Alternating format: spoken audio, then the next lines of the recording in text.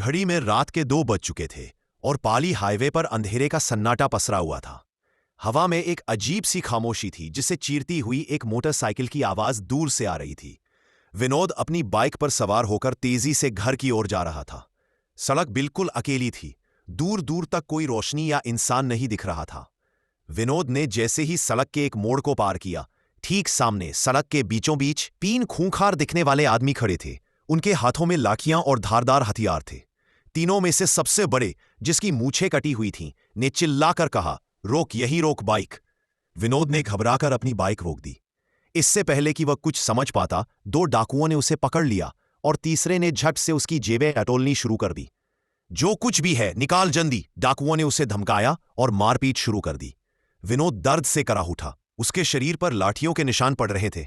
डाकुओं ने उसका मोबाइल, बटुआ और कीमती सामान छीन लिया। निराश और दर्द से चूर विनोद ने मन ही मन आंखें बंद कर ली और उसकी जुबान पर केवल एक नाम था, हे ओम बन्ना, मेरी रक्षा करो, मुझे इस मुश्किल से बाहर निकालो।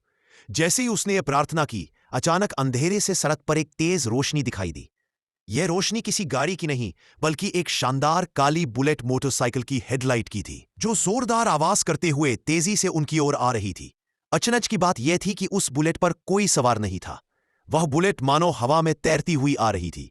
डाकू, जो लूट में व्यस्त थे, इससे पहले कि कुछ समझ पाते, वह काली बुलेट एक पल में उन तक पहुंच गई। बुलेट ने सीधे तीनों डाकुओं को जोरदार टक्कर मारी। डाकू हवा में उछले और सड़क पर गिर पड़े। बुलेट यही नहीं रुकी, उसने हवा में घूमकर घायल डाकुओं के ऊपर से गुजरना शुरू कर दिया। दर्द से चीखते हुए डाकू तुरंत अपने हथियार छोड़कर अंधेरे में जान बचाकर भाग खड़े हुए। विनोद अवाक रह गया। उसने लड़खड़ाते हुए उठकर उस चमत्कारी काली बुलेट की ओर देखा। उसकी हेडलाइट अभी भी जल रही थी, लेकिन इंजन की आवाज धीमी हो चुकी थी।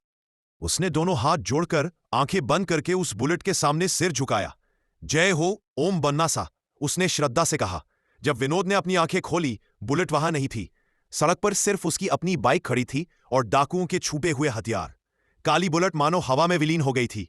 विनोद ने अपने माथे पर लगा खून पोंछा, अपनी बाइक उठाई और ओम बन्ना के चमत्कारी आशीर्वाद को महसूस करते हुए आगे बढ़ गया। उसे यकीन हो गया था कि ओम बन्ना आज भी पाली हाईवे पर अपने भक्तों की रक्षा करते हैं।